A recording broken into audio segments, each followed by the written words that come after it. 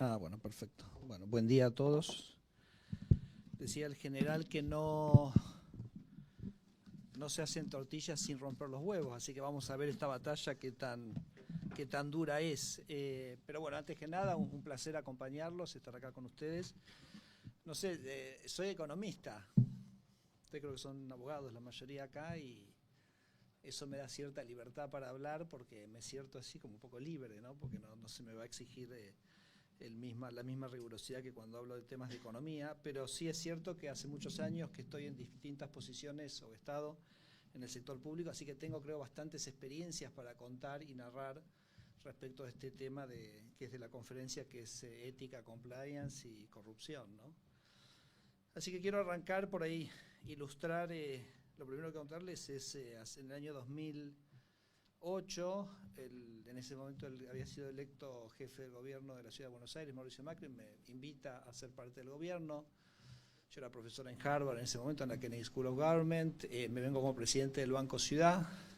El segundo día que estoy en la oficina recibo un llamado de un proveedor del banco, que era una compañía de seguros, que nos vendía, digamos, seguros que estábamos obligados a contratar. Después, cuando fui al Banco Central, eliminé esa obligación. Y me dice que bueno, que ellos eran grandes proveedores del banco durante muchísimos años y que había muchas cosas sinérgicas. Yo cuando dijo sinergia dije, chao, esta conversación termina mal. Y para hacerlo corto, básicamente él me ofrecía $20.000 por mes con la condición de que nosotros siguiéramos comprando los servicios de la compañía. Entonces yo le dije, segundo día, 10 días antes estaba enseñando en Harvard, entonces le digo, mire, le voy a decir dos cosas. La primera es que no me vine de Harvard para esto, y lo segundo es que no voy a dormir hasta que usted deje de ser proveedor de este banco. Y le corté. Bueno, logré con bastante dificultad que el directorio me aceptara licitar esos servicios que durante 15 años los tenía esta compañía y nunca se había licitado, porque obviamente cuando no pudieron operar sobre mí empezaron a operar sobre el directorio. Logré con mucho esfuerzo hacer esa licitación, hacemos la licitación y se presenta solo una empresa. Esa empresa. Y estaba yo. Miren, me tiraba los pelos así, miren cómo quedé. Entonces, bueno, llamo a un amigo mío de la industria del seguro, Néstor Abatigada, presidente de Sancor Seguros. Le digo, Néstor, ¿qué pasó? Ustedes compraron el pliego, ¿por qué no? Y entonces me empieza a dar como un montón de rodeos y explicaciones. Entonces le digo, mira, vamos a lo siguiente, yo voy a dar de baja esta licitación y te presentás. Le digo, aunque te llama Putin, vos te presentás igual. O sea, tengo tu compromiso que sí, tenés mis compromisos, Federico, así. Entonces logramos dar de baja la licitación y la volvimos a licitar. Y cuando ya se presentó Sancor Seguros y todo el mundo en el mercado vio que se presentaba Sancor Seguros, se presentaron todas las compañías y adjudicamos a 1/5 del valor. Entonces yo, si me lo podés levantar un poquito. Yo saco dos reflexiones de este primer caso que les quiero contar. Y el primero es que uno puede tener un montón de normas sobre cómo hacer una licitación, porque a la postre, en esa licitación donde se había presentado esta compañía de manera única, yo estaba cumpliendo todas las reglas. Había hecho una licitación, había sido abierto, por algún motivo se había presentado una sola, adjudico. O sea, podría haberlo hecho perfectamente encuadrado dentro del marco de la ley, pero no hubiera, digamos, evitado la situación que se estaba dando. Entonces, el marco, la claridad del marco no alcanza. Esa es como la primera reflexión que quiero hacer. Y la segunda reflexión que quiero hacer es el involucramiento del sector privado. Eran todos cómplices, porque después me llamaban a los meses de otras compañías de seguro y me felicitaban que había desarmado ese nudo de corrupción ahí, y yo le digo, ¿y vos dónde estabas cuando yo hice la licitación? Vos eras parte, ¿qué me venís a felicitar acá? Si vos eras parte de esta corrupción. Entonces, el primer comentario, la primera reflexión que quiero hacer. La segunda también es un caso interesante que tuve en el Banco Ciudad. Ahora voy a volver a tiempos más presentes, en un minuto. pero básicamente la situación era que nosotros éramos un banco con muchos clientes, 500.000 clientes, pero donde la gente no nos visualizaba mucho como banco, entonces tenía que desarrollar los productos bancarios. Tenía, por ejemplo, 500.000 clientes y tenía solo 20.000 tarjetas de crédito. Entonces hizo como políticas muy agresivas en las tarjetas de crédito, donde una de las políticas más importantes era que yo daba 50 cuotas sin interés, ¿okay? Para comprar cosas. Entonces eso nos estaba empezando a generar mucha atracción entre nuestros clientes. En un momento Guillermo Moreno empezó a apretar a los bancos con comisiones, etcétera. Entonces los bancos más grandes se pusieron de acuerdo de que no querían que hubiera más 50 cuotas sin interés. Entonces le dieron la orden a Visa Argentina, que era Prisma, de que no permitiera que los bancos tuvieran 50 cuotas sin interés. Entonces me viene a ver un día el chico de Maxicol, que era el gerente nuestro de producto, me dice: Federico, ¿no podemos seguir con las 50 cuotas? No, ¿por qué no podemos seguir con las 50 cuotas? Sí. Anda a decirle a los de Visa que nosotros seguimos. Si los otros bancos no quieren, que no quieran, pero nosotros seguimos. Entonces viene al rato y me dice: no, Fede, no podemos seguir con las 50 cuotas porque Visa bajó los programas. ¿Cómo bajó los programas de las 50 cuotas? Sí, bajó las... Obviamente era un contubernio de los bancos más grandes que no querían que los chicos les compitan. Entonces lo llamo se los voy a teatralizar un poco para hacerlo más divertido, lo llamo al presidente de Visa, que se llama Luis Schwimmer, y le digo 50, y él me dice 12. 50, 12. ¿Entienden de lo que estamos hablando? Entonces le digo: mira, si vos no me das 50, yo me voy a ir de acá y voy a hacer una denuncia en la defensa de la competencia, porque esto obviamente es una práctica anticompetitiva de los bancos a través de Prisma o Visa Argentina para que no podamos competir. 50, le digo. 12, me dice. Sí, no, ¿cómo? Bueno, vamos a lo siguiente. Me voy de acá, yo me voy a la defensa de la competencia, te hago la denuncia, y después me voy a Libertador ahí y como es Esmeralda, y me voy a la casa de Jorge Lanata. Y le voy a decir que este fin de semana explique esto en el programa, ¿se acuerdan? PPT, no me acuerdo cómo se llamaba, y cuente de esto. Así que le digo 50. Me dice 12. ¿Okay? 12.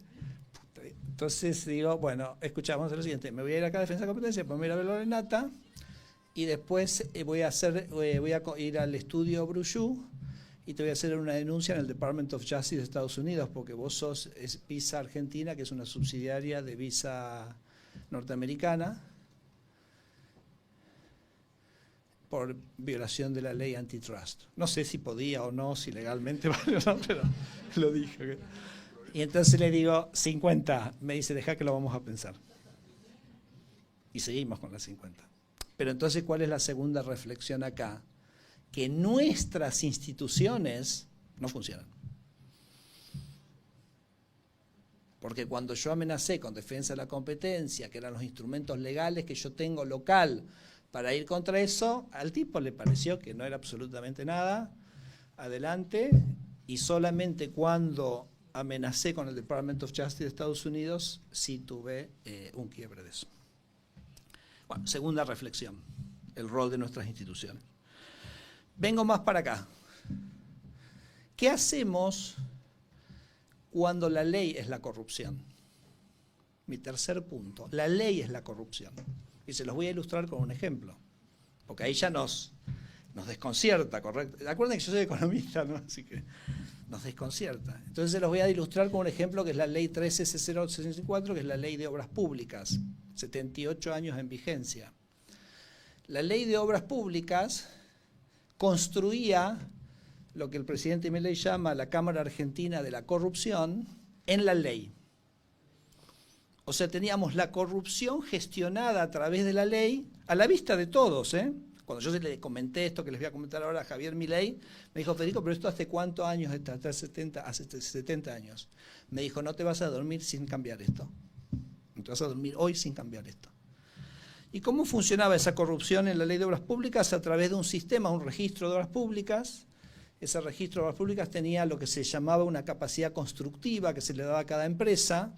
Imaginen, por ejemplo, que ustedes tienen $100 millones de obra pública a asignar. Bueno, qué fácil que es organizarlo. Dicen que la capacidad constructiva de cada empresa es 10 Y entonces, ¿qué pasa? Que inexorablemente le toca 10 a cada una de las empresas de los 100. Con lo cual la empresa ni siquiera tiene que competir. Nada, porque sabe que en algún momento si no gana la primera round, gana el segundo, gana el tercero, gana el cuarto, gana el quinto. Pero esa es la ley.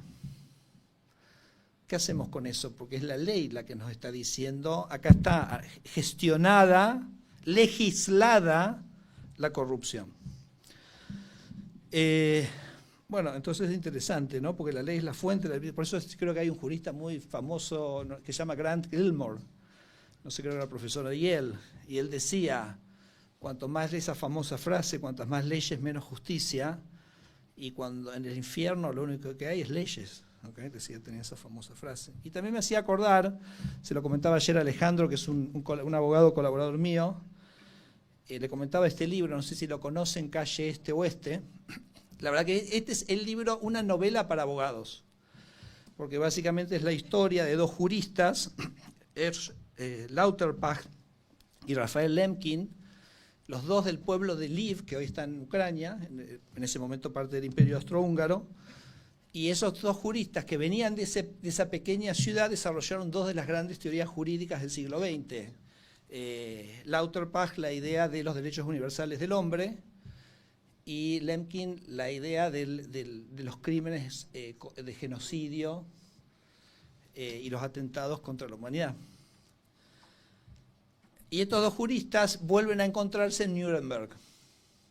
Entonces esta novela es la historia de estos dos juristas, de su vida como académicos, juristas, cómo llegan a Nuremberg, mezclado por supuesto con la idea de la familia del autor de esta novela, que es Philip Sand, que es un profesor de Derecho Constitucional de Cambridge, que también era del mismo pueblo, de Lviv.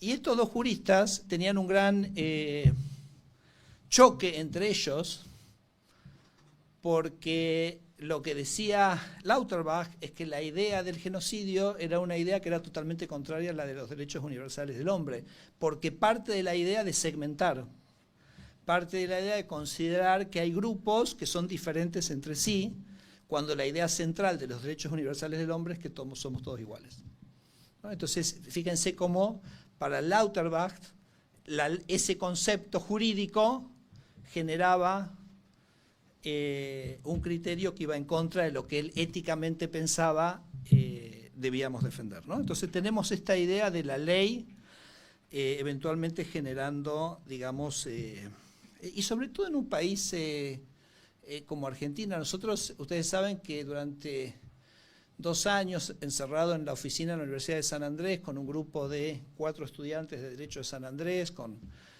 el gran amigo Ricardo Ramírez Calvo y otro economista, también de San Andrés, revisamos todas las leyes de Argentina. Un trabajo que después en algún sentido fue un input bastante importante tanto a la ley base como al DNU 70, y era muy fácil revisar las leyes, porque vos te das cuenta que las leyes estaban escritas por intereses. O sea, las leyes plasmaban los intereses de ciertos grupos que habían logrado transformarlas en ley. Entonces tenemos un cuerpo jurídico que defiende los privilegios. Bueno, es lo que el presidente Milei llama los privilegios de la casta. Los privilegios de la casta están en la ley. Entonces tenemos un sistema jurídico que ha montado una arquitectura de privilegios en la ley. Entonces, ¿cómo nos plantamos respecto a eso? Porque la Revolución Francesa también se planteó ante el orden jurídico medieval y dijo, ¿qué hago con este orden jurídico medieval? Tengo que defender este orden jurídico medieval, tengo que desafiar este orden jurídico medieval. ¿Está? Entonces, bueno, se los dejo un poquito como una provocación. Yo les dije a las organizadoras, voy a ser provocador, ¿ok? Pero ¿qué hacemos con esta idea de la corrupción, la ética y el compliance cuando la ley es la fuente de lo no ético? No sé, es una pregunta. El otro día el presidente me recomendó leer un libro interesante que también se los recomiendo, se llama La teoría del caos, de un economista norteamericano, Robert Murphy, que es básicamente un defensor de lo que se llama el anarcocapitalismo, o sea, la idea de una sociedad sin gobierno. Y es muy interesante el libro, por eso se los recomiendo como abogados, porque dice cómo sería un país donde no hay ley. ¿Cómo serían las relaciones contractuales? No hay ley. Imagínense por un minuto, hagan el ejercicio intelectual de pensar un país sin ley. Y entonces él habla un poco como que lo que se desarrollaría es un sistema de seguros. Cada uno contrataría un seguro que te respaldaría a vos como interactuante en el mercado y en la sociedad, ¿no? Y entonces vos interactuarías con la gente con las cuales les confías que el seguro, en algún sentido, le da cierto respaldo a las acciones de esas personas. Entonces la ley estaría sustituida por un conjunto de relaciones contractuales, libres, que definirían... ¿Se acuerdan? Black Mirror, ¿la vieron? ¿Vieron que hay un capítulo en Black Mirror que la gente le ponía estrellitas? Bueno, una cosa así. Bueno, interesante para pensar, ¿no?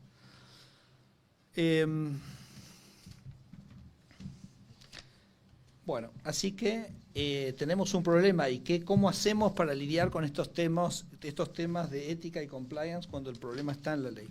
Tercer punto. El cuarto punto, que es muy real y concreto para nosotros, es el rol del Poder Judicial en toda esta historia. Entonces les voy a dar un pequeño ejemplo. Discúlpenme que sea crudo, ¿verdad?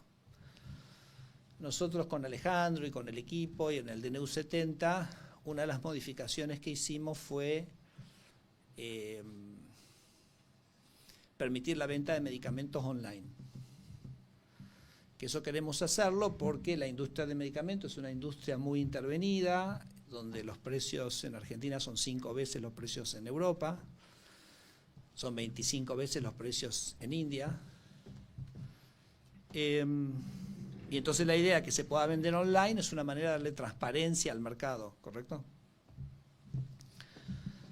Bueno, mucho miedo, nadie que lo quería hacer, nadie que quería dar ese primer paso. Finalmente Mercado Libre pone a disposición de las farmacias una plataforma para venta online y logra convencer a 4 farmacias de barrio para que se sumen.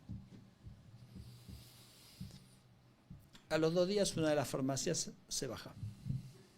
Qué curioso. Empezaste a vender, lo llamo, ¿cómo te fue? No, vendí bárbaro, me dice. Vendí bárbaro. ¿Y? No, es que me llamaron. Me llamaron y me dieron 1 hora para que me baje. 1 hora, me dieron para que me baje. Bueno, listo, vamos a denunciarlos. No puedo denunciar. Yo, Federico, entiendo la pelea que estás dando, pero yo hace 40 años que vengo armando este negocio. Tengo mi familia, tengo que mandar a los chicos al colegio. Yo no puedo ser el cadáver, digamos, la víctima en esta batalla. ¿Ok? Te pido disculpas, entendeme. Listo, perfecto, entiendo. Y si lo denuncio tampoco puedo, porque me van a bloquear. Otros más aguerridos quedaron. A los 2 días me mandaban cómo de las droguerías le habían cancelado el crédito y cortado todo el suministro y obligado a pagar todo el crédito inmediatamente. Bueno, igual, entonces iban cayendo algunos soldados, íbamos poniendo otros soldados, otras farmacias, más o menos logramos sostenerlo, hasta que una persona dijo, listo, yo voy a comprar una farmacia y a mí no me van a bloquear. Entonces ocurrió eso, esperamos que llamaran, con los grabadores, todo, pero no llamaron, así que son tan buenos que saben cuando hay una trampa esperando.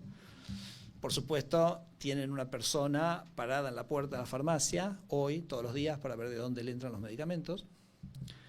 Y disculpen la crudeza, pero bueno, como esta persona no la pudieron bajar, bueno, las otras farmacias volvieron a subirse.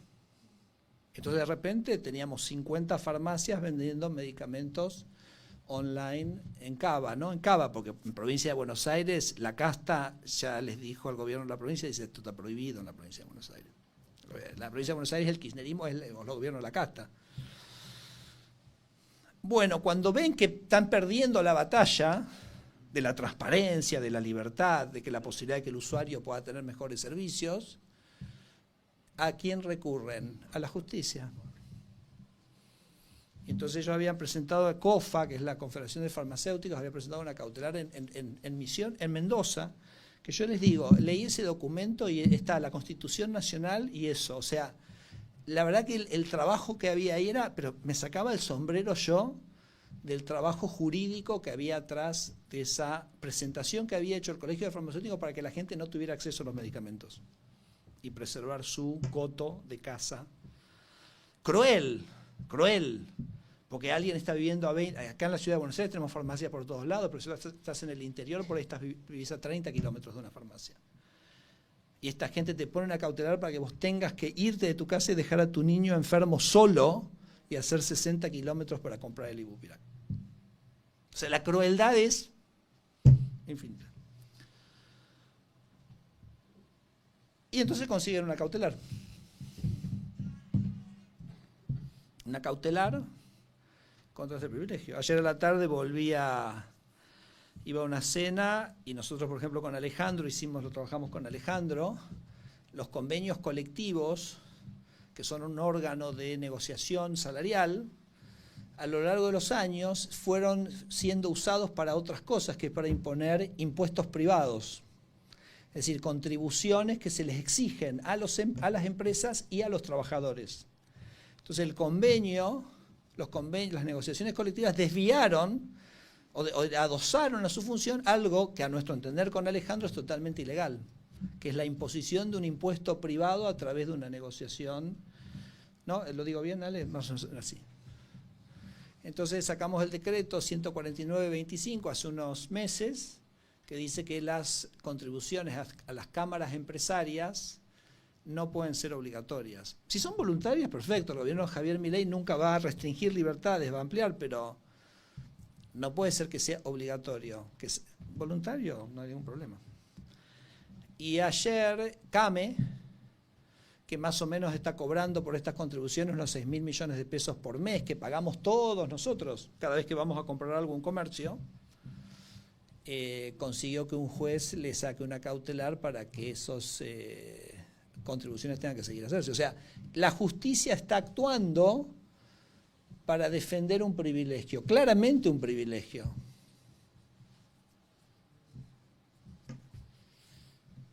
¿Chan? ¿Qué hacemos? Complicado, ¿no? Entonces me puse a estudiar, ¿no? Y charlando con Alejandro, etcétera. Digo, ¿cómo hizo la Revolución Francesa con esto? Descartamos las cosas más extremas, ¿no? O sea, pero es interesante, porque imagínense, la Revolución Francesa quería cambiar un régimen, y ese régimen tenía su aparataje jurídico, tenía sus jueces, tenía sus leyes, tenía sus normas. Y es muy interesante porque una de las cosas que hizo la Revolución Francesa fue escribir los códigos. Y también lo hizo Napoleón. O sea, Napoleón, ¿por qué escribe los códigos? Para limitar a los jueces, limitar la discrecionalidad de los jueces. Porque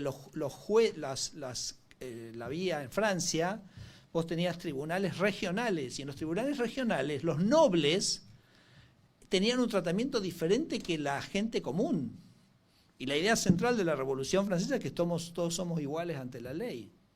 Entonces, la Revolución Francesa desarmó los tribunales regionales y armó una justicia nacional francesa acorde a estos principios de igualdad ante la ley que defendía la Revolución Francesa. Entonces, fíjense lo que hizo, es básicamente rearmó totalmente el sistema judicial, o sea, lo creó de nuevo, lo creó de cero y generó una normativa acorde a los principios legales de la igualdad y no una normativa acorde a los principios legales de la desigualdad, que era lo que prevalecía en la Edad Media.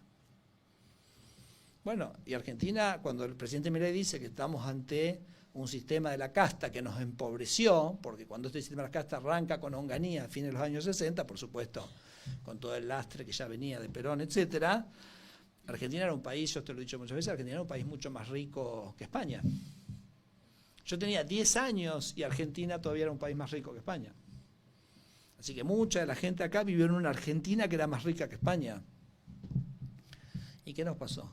Ese sistema de la casta, ese sistema de privilegios, nos fue empobreciendo y nos fue chupando los recursos y nos ha dejado siendo un país de ingresos medios bajos, ni cercanamente comparable al de España. Entonces, esa es en algún sentido, la revolución que viene a plantear Javier, que ese es el sistema que tiene que terminar. pero vieron el nivel de imbricación que tiene. Este sistema está montado sobre todas las cosas en la arquitectura legal de este sistema. O sea, la arquitectura legal es el sistema de privilegios y de corrupción. Entonces, les dejo como planteo, ya me imagino lo discutirán. No es simplemente tener buenas intenciones y portarse bien acorde a la ley lo que nos va a hacer que esto cambie y que esto deje de ser el sistema corrupto y de beneficios y de privilegios que, digamos, Argentina ha desarrollado todos estos años. Otro ejemplo que tengo es también en AFA, la Asociación de Fútbol Argentino, tanto Dualde como Massa les habían generado un régimen impositivo especial, o sea, no pagan impuestos, no pagan aportes. O sea, toda la sociedad le financia a la AFA y a los clubes. Pero además, como no pagan aportes, los clubes empiezan a desarrollar actividades extradeportivas porque tienen una ventaja impositiva. Entonces, River hace un colegio y no paga aportes. Y a 2 cuadras está la ORT, que sí paga aportes. Por decreto. Entonces nosotros bajamos ese régimen por decreto y hicieron, no sé, como 15, se presentaron como 15 jugadores que consiguieron una cautelar. Pero no a un DNU. Porque uno podría decir un DNU. Puede ser más discutible, menos discutible, etc. Pero un decreto, una resolución. Entonces, yo un poco la reflexión que hago es, si la casta tiene todos estos recursos, que la ley se los dio, porque les dio estos privilegios, y usan esos recursos para usar a la justicia en favor de preservar esos privilegios, ¿qué hacemos? Yo se los dejo como debate, pero me genera como una gran angustia, porque yo soy una persona que creo en la independencia del Poder Judicial, creo en la independencia de poderes, soy eminentemente republicano. Entonces digo, bueno, pero esto es, digamos, el contexto. Con lo cual, me parece que acá hay una tortilla y algunos huevos van a tener que romperse. Si no, esto no va a cambiar. Voy al último punto, que es el rol nuestro como profesionales, economistas y abogados.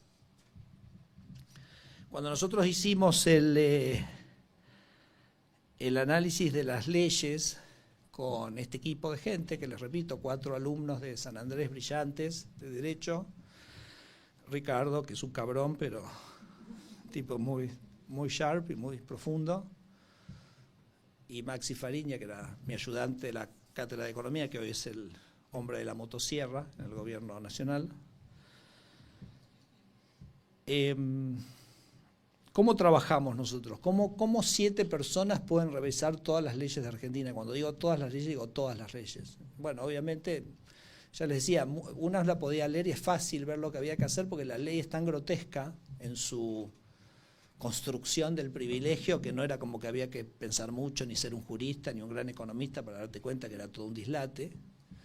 Pero por supuesto que muchas veces nosotros trabajábamos con gente que se acercaba para ayudarnos. Por ejemplo, a María le dije, ayúdame con la parte de propiedad intelectual, porque no entendía nada yo de todo eso. Y teníamos un método de trabajo que era muy interesante, que es que no aceptábamos hacer reuniones, no leíamos ningún paper de diagnóstico de nada, bullets, nada. El único producto que nosotros usábamos era una versión de la ley editada. Se los ilustro con el ejemplo que yo siempre doy. Vieron que está el digesto jurídico, ¿correcto? Entonces lo conocen. Digesto jurídico está ordenado por temáticas. Entonces, por ejemplo, si uno va al capítulo ambiental, están las leyes ambientales, 40 leyes ambientales tiene Argentina. Entonces le decía, a ver, ¿quién me puede dar una mano con esto? Entonces cuando llamaba, encontraba a alguien, o sea, Fede Caeiro, Fede, dame una mano con las leyes ambientales, perfecto, me dice, te mando un paper que escribimos, si querés mándamelo, pero te voy avisando que no lo voy a leer. Ah, bueno, entonces no te lo mando. Entonces, bueno, hacemos una reunión y te cuento, no hago reunión, es pérdida de tiempo. Entonces me dice, ¿qué querés? Entonces le digo, no sé qué problema hay. Bueno, qué sé yo, por ejemplo, la ley de glaciares, no sé si alguno acá más o menos conoce la temática. La ley de glaciares en Argentina es una ley que protege la actividad, prohíbe la actividad económica en donde hay un glaciar, cosa que nadie está poniendo bajo cuestión. El problema de la ley es que define un área que se llama periglaciar, que es como un área que digamos, está en derredor del glaciar, donde también está prohibida la actividad. Por ejemplo, la actividad minera está prohibida ahí. Y esa ley, esa definición del área periglaciar es tan indefinida que hay provincias enteras que básicamente no se puede hacer minería. Es una ley muy discutida, el Congreso la aprobó, Cristina la vetó y el Congreso insistió con los 2/3, así que no estoy hablando de un tema menor, ¿correcto? Pero básicamente es una ley que dice que Argentina no puede tener minería. O sea, no es una ley tampoco menor en términos de las implicancias que tiene. Y con los gobernadores muy enojados porque es un avasallamiento incluso de la capacidad de la provincia de desarrollarse, ¿no? Entonces como una invasión del federalismo, no sé si eso jurídicamente estará bien o no, pero digamos es un punto que se dice. Entonces le digo, bueno, listo, hay que redefinir ese área periglaciar, es un debate que está ongoing, vieron que Argentina está como en el comienzo de un boom de minería, mándame la ley editada, y entonces nosotros, el equipo lo que hace es revisa eso. Y eso a nosotros, cuando uno llegaba a ese punto en la conversación, el 70% de la gente desaparecía. Porque es muy fácil venir a una charla de café y dar las grandes ideas de cómo se soluciona el mundo, pero otra es cómo hay que redactar el inciso C del artículo 6 de la ley de glaciares, porque ahí que tenés que ser muy preciso, y se acabó el chamullo, ahí lo tenés que escribir, y tenés que escribirlo bien. Entonces, bueno, tampoco la gente tenía por qué trabajar gratis para este proyecto, así que también se entendía que algunos... Pero me permitía distinguir quién me podía dar una mano y quién no, sin yo perder mucho tiempo. Y entonces así fuimos identificando a la gente que nos ayudó, bueno, y entonces el que me hizo la ley de glaciares, dije, bueno, ahora haceme la ley del agua, la ley del aire, y así fuimos avanzando, ¿ok? En ese ejercicio, disculpen todo este largo soliloquio, pero quería llegar a lo siguiente. Ningún estudio jurídico de renombre me sirvió. No logré nunca de ningún estudio jurídico de renombre nada de utilidad a esta tarea.